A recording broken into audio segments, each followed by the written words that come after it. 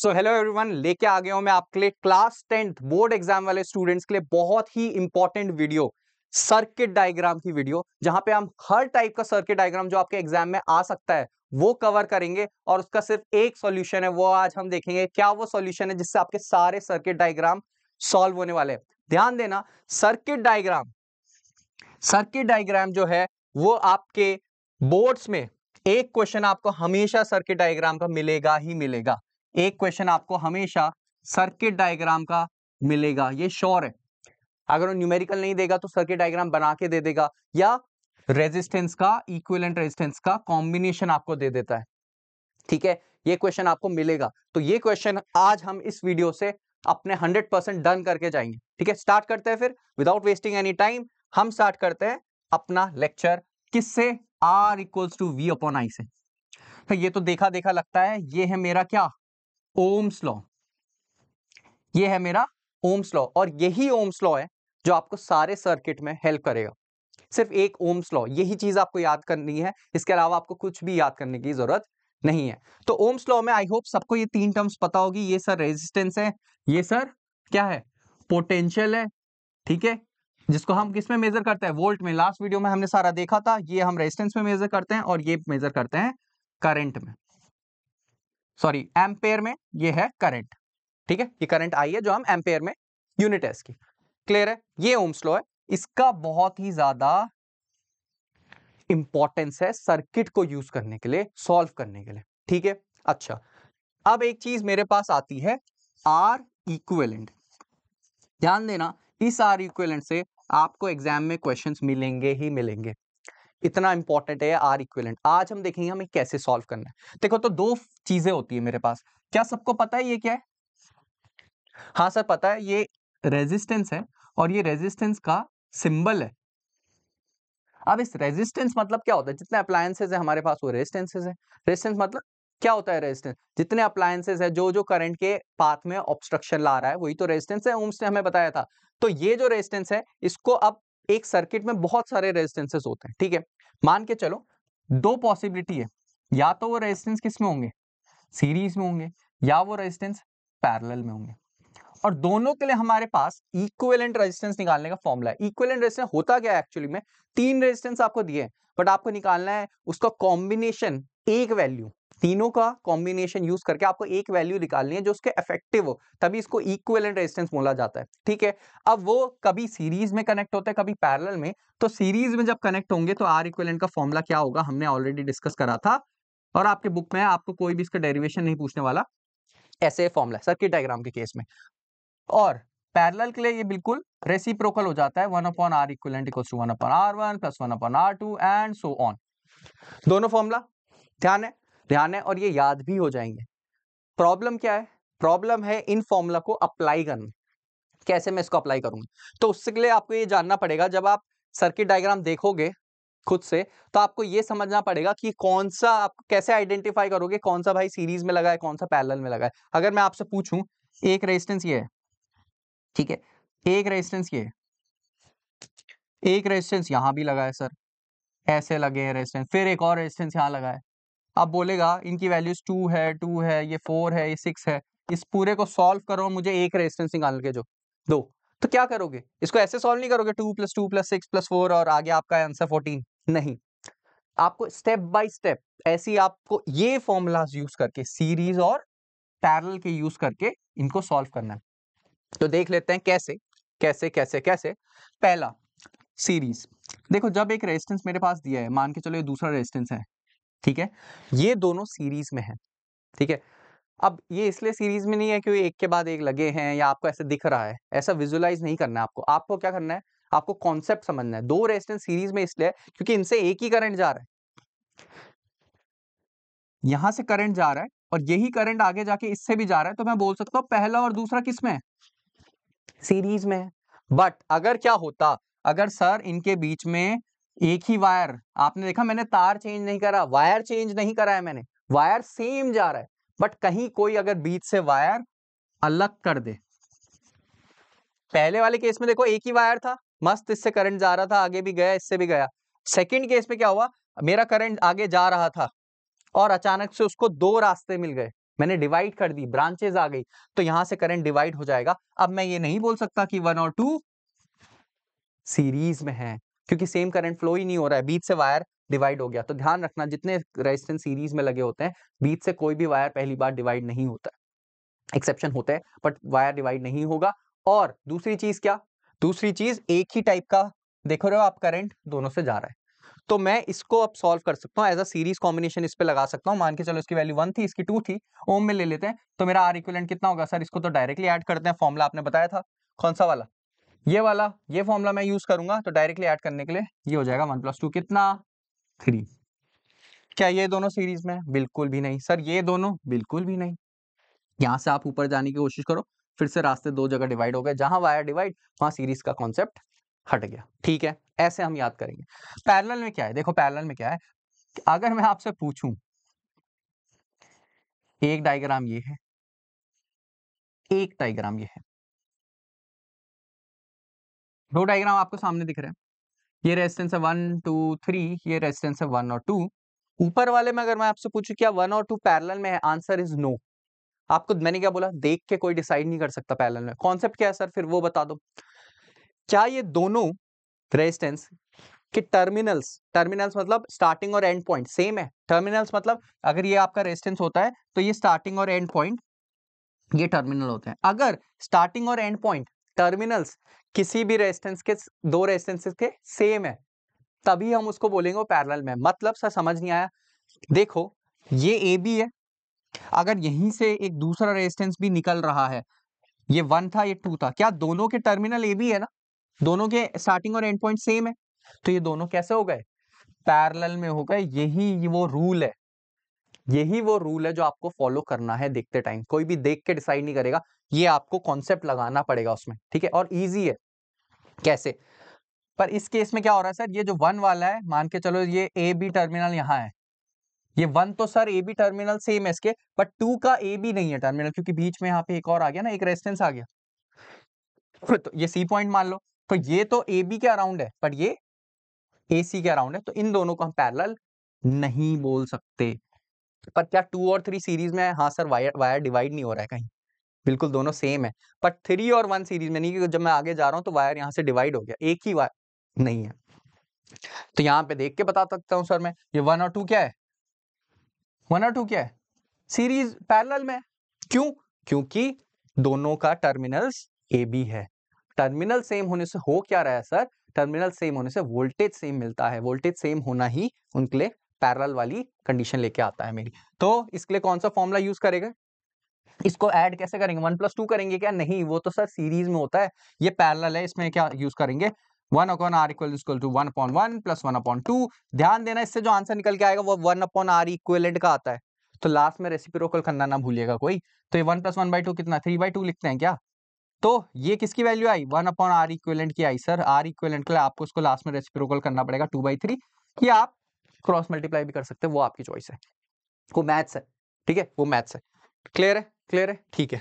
अब अगर मैं आपको कॉम्बिनेशन दूं और आपसे बोलूं कि भाई ये कॉम्बिनेशन है, ध्यान देना ढंग से, ये 2 है, ये 2 है, ये 5, बोलेगा, ये क्वेश्चन आपको एग्जाम में देगा और बोलेगा इसका भाई आर इक्विवेलेंट निकालो, अब ये कॉम्बिनेशन ऑफ रेजिस्टेंस निकालो, ऐसे करके आपको क्वेश्चन पूछेगा, ठीक है? मान के चलते हैं अप्रोच, आपको जो चीज पहले दिखेगी उसको आप सॉल्व करेंगे। क्या ये 5 और 2 पे कोई कॉम्बिनेशन है? नहीं सर, क्योंकि अगर मैं टर्मिनल भी देखूं ए बी सी, ये सिर्फ दिखाने के लिए आपको वहां ड्रॉ करने नहीं है, सिर्फ समझने के लिए। तो देखो 5 और 2 ना सीरीज में है, क्योंकि सर वायर डिवाइड हो गया, ना ये पैरेलल में, ये तो सर बीसी के अराउंड है, ए बी के अराउंड है, दोनों के टर्मिनल्स भी अलग अलग है। बट सर 2 और 2 ना पैरेलल में है, क्यों? दोनों ए बी से अराइज हो रहे हैं और बीच में सर कोई रेजिस्टेंस भी नहीं है कहीं। क्लियर है? तो इन दोनों को सॉल्व करूं तो 1/r इक्विवेलेंट क्या आ जाएगा? 1/2 + 1/2 = 1, और 1 का रेसिप्रोकल 1 ही होता है, तो r इक्विवेलेंट की वैल्यू मेरी 1 आ जाएगी। क्लियर है? ठीक है, ये सॉल्व करके 1 आया। अब इसको आगे मैं एक्सटेंड कर रहा हूं, तो वो दोनों तो सॉल्व करके 1 आ गया, ये पूरा सिस्टम सॉल्व करके 1 आ गया है, बाकी बचा 5। अब मैं बोल सकता हूं सर 1 और 5 कैसे हैं? सीरीज में, और ये डायरेक्टली ऐड करके 6 हो गया। इजी था। आर इक्विवेलेंट क्वेश्चन हमेशा आपसे बोर्ड एग्जाम में पूछेगा और आप ऐसी ही अप्रोच करोगे। अब वो आपको कोई भी कॉम्बिनेशन दे दे, आपको कॉन्सेप्ट पता है कि जब वायर डिवाइड होता है तो कौन सा सीरीज नहीं होता, वायर एक ही होना चाहिए, तभी वो सारे रेजिस्टेंस सीरीज में कहलाई जाएंगे। और पैरेलल के क्या, दोनों का टर्मिनल। पैरेलल में कई बार हम कंफ्यूज होते हैं, बट अब आई होप कोई भी कंफ्यूज नहीं होने वाला। क्लियर है? एक और दे दूं क्या? एक और दे दो सर, आप कोई भी कॉम्बिनेशन दे दो, अब तो हमारे पास कॉन्सेप्ट है, हम जाने नहीं देंगे, जाने नहीं देंगे। ठीक है, बताओ सबसे पहले क्या दिखता है सर? 1 और 1 सीरीज में दिखता है। कोई इस टाइम 1 और 2 और 1 को पैरेलल नहीं बोलेगा, क्योंकि ये देखो सर, ऐसे कोई नहीं बोलेगा सर, ये देखो ना, ये भी ए बी से आ रहा है, ये भी ए बी से आ रहा है, बट ये नहीं दिख रहा क्या दूसरा रेजिस्टेंस?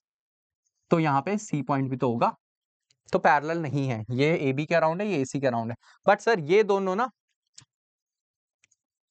ये दोनों मुझे दिख रहे हैं सीरीज में, कोई बीच में वायर कहीं डिवाइड नहीं हो रहा है। तो इसको कॉम्बिनेशन सॉल्व करके ऊपर वाले को क्या बना दूं? 2 बना दूं, इसको भी 2, और ये बचा 5। और ये आप एज अ सीरीज सॉल्व करोगे, वो क्या आता था? 1 आया था पिछली बार हमने सॉल्व करता, तो 5 और 1 फिर से 6। क्लियर है? आर इक्विवेलेंट आपका डन है। यहां से जब आर निकल जाएगा तो उसके बाद आप हमेशा R equal to V upon I से वो आपको करंट बोलेगा उसके बाद निकालने के लिए, तो यहां से आप करंट निकाल सकते हैं। क्लियर है यहां तक सबको? यहां तक आई होप सबको क्लियर है। ठीक है, अब हम जो बोर्ड में पूछा गया है, जितना हमें सीखा सीख लिया, अब हम देखते हैं सर जो बोर्ड्स में क्वेश्चन आ चुके हैं उनका देखते हैं। तो सर्किट में आपके लिए कुछ लेके आया हूं जो ऑलरेडी रिसेंटली बोर्ड में आया है, अब हम उसको अप्लाई करके देखेंगे और देखते हैं चीजें कितनी आसान बनी है या कितनी मुश्किल बनी है हमारे लिए। तो आ जाओ ये सर्किट डायग्राम देखते हैं, और वाला पार्ट नीचे वाला मैं देख रहा हूं। In the given circuit calculate the power consumed in watts in the resistor of 2 ohm. ये 2 ओम है, ध्यान देना, रेजिस्टेंस कितना है? 2 ओम, और उसका बोल रहा है पावर। सर पावर का तो मेरे पे एक ही फॉर्मूला लास्ट वीडियो में आपने बताया था, V into I. But sir एक और फॉर्मूला है, कैसे? R equals to V upon I है ना, वहां से अगर इसको I की वैल्यू रख दो, V अपॉन आर, तो ये कितना हो जाएगा? V square by R. ये भी फॉर्मूला पावर का है। एक और फॉर्मूला क्या है, अगर V की वैल्यू आप वहां से डाल दो, V की वैल्यू क्या हो जाएगी?